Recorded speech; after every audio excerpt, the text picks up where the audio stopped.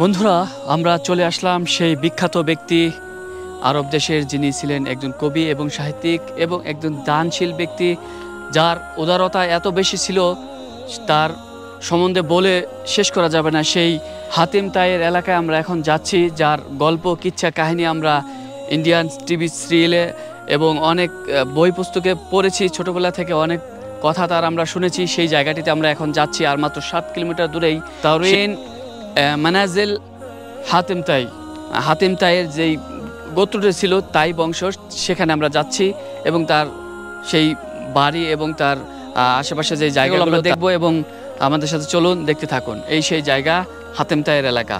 সাল্লাল্লাহু আলাইকা ইয়া রাসূলাল্লাহ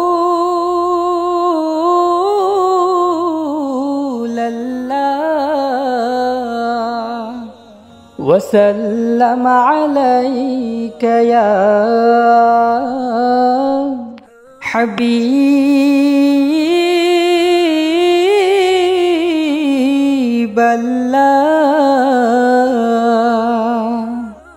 দর্শক, আমরা দেখতে দেখতে চলে আসলাম সেই কাঙ্ক্ষিত ব্যক্তি, যার কথা আমরা ছোট থেকেই শুনে এসেছি, সেই বিখ্যাত কবি সাহিত্যিক দানবীর, যার নাম ছিল হাতিম তাই, যাকে নিয়ে অসংখ্য মুভি, চলচ্চিত্র, সাহিত্যিক লেখা হয়েছে। সেই আরবের সেই ব্যক্তি হাতিম তাই বংশের, তার জন্ম সেই তাই গোত্র এই আল হায়েল শহরের পাশেই, মদিনা থেকে 480 কিলোমিটার দূরে। এই জায়গাটির চারপাশে কিন্তু পাহাড়ের পাদদেশে একটি সমতল ভূমি, এবং সেখানেই ছিল তার গোত্র। এবং আজকে আমরা সেই তার বাড়ি বা কেল্লার ধ্বংসস্তূপ দেখব, এবং এখানে বিশাল একটি সাইনবোর্ড রয়েছে, তার বিষয় বিস্তারিত রয়েছে। চলুন দেখা যাক যে সেই জায়গাটি কিভাবে তিনি বানিয়েছিলেন। হাতেম আত্তাই, যার পুরো নাম হাতেম বিন আবদুল্লাহ বিন সাদ বিন আল হারাজ আত্তাই, আরবের অন্যতম বিখ্যাত নাইট এবং অভিজাত নজদের আজা অঞ্চলে জন্মগ্রহণ করেছিলেন এবং 544 থেকে 607 খ্রিস্টাব্দের মধ্যে বসবাস করেছিলেন। হাতেম একজন ধনী ব্যক্তি ছিলেন।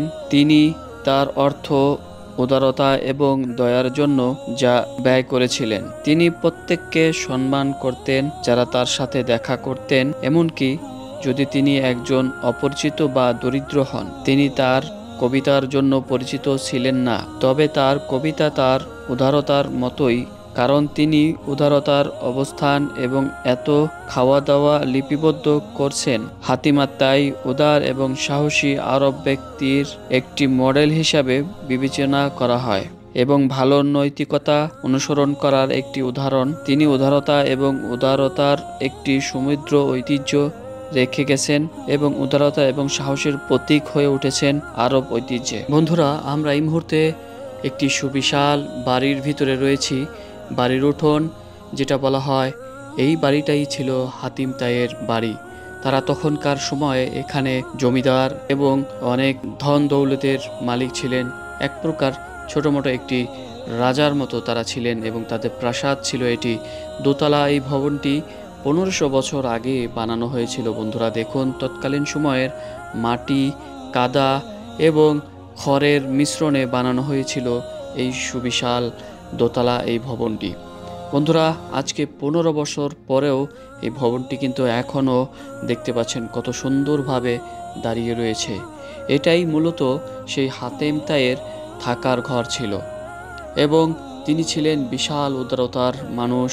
তার কথা বলে শেষ করা যাবে না। এবং তৎকালীন সময় দেখতে পাচ্ছেন যে দোতলা ঘর কিভাবে বানানো হয়েছিল, এবং সেই 1500 বছর আগের কাঠগুলো কিন্তু আস্তা গাছ এখনও কিন্তু রয়ে গেছে। আর এই ঘরটি ছিল হাতেম তাইয়ের থাকার ঘর। বিশাল বড় প্রাসাদ, তৎকালীন সময়ের দোতলা বাড়ি। এবং এখানে বন্ধুরা দেখতে পাবেন যে এই ছাদ ঢালাই করা হয়েছিল খেজুরের যে ডাগরা দিয়ে, এবং এই পরবর্তীতে এগুলো আস্তে আস্তে কিন্তু অনেকটাই ধ্বংসের পথে। এবং এখানে প্রতিনিয়তই হাজার হাজার পর্যটকগণ আসেন এবং এক নজর সেই দানবীরের বাড়িটা দেখে যান। এবং তার পাশেই কিন্তু রয়েছে তাদের সমাধি, পারিবারিক সমাধি বা পারিবারিক কবরস্থান। আমরা এখন চলে যাচ্ছি তার কবরস্থানে এবং দেখব তিনি সেই মহাবীর, মহাদানব, দানবীর কেমন ছিলেন।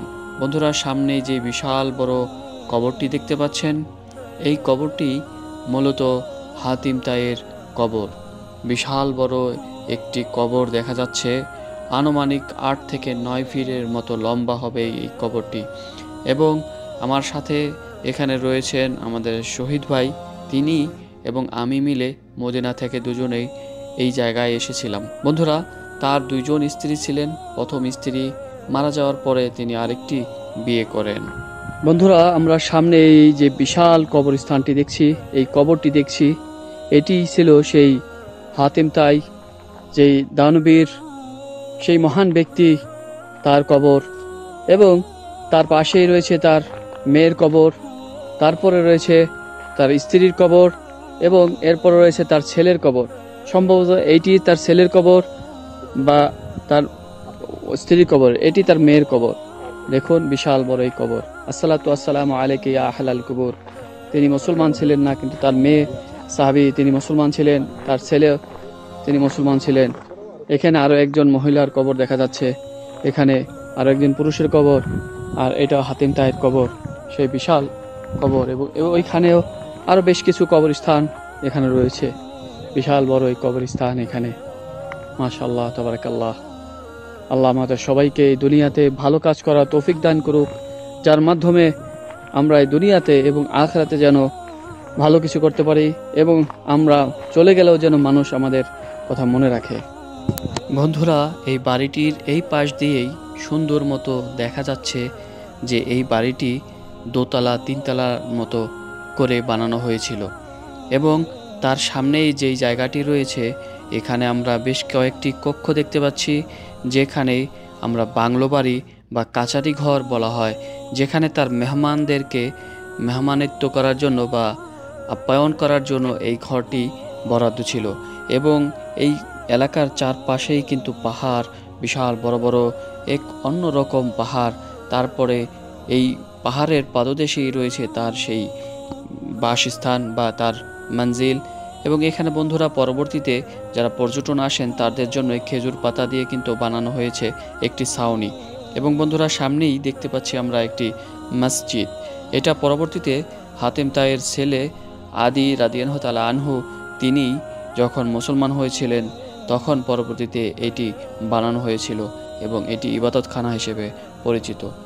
বন্ধুরা, ভিডিওটি ভালো লেগে থাকলে অবশ্যই লাইক, কমেন্ট করে পাশে থাকবেন। এবং নেক্সটে আরও একটি ভিডিও আসতেছে, যেখানে হাতিম তাইয়ের পুরা ফুল কাহিনী নিয়ে একটি ভিডিও বানানো হবে। দেখতে থাকুন, পাশে থাকুন। আল মদিনা টিভি বাংলা আজকের মতো এখানেই বিদায় নিচ্ছি। আল্লাহ হাফেজ। সাথে রয়েছি আমি মোহাম্মদ মামুন।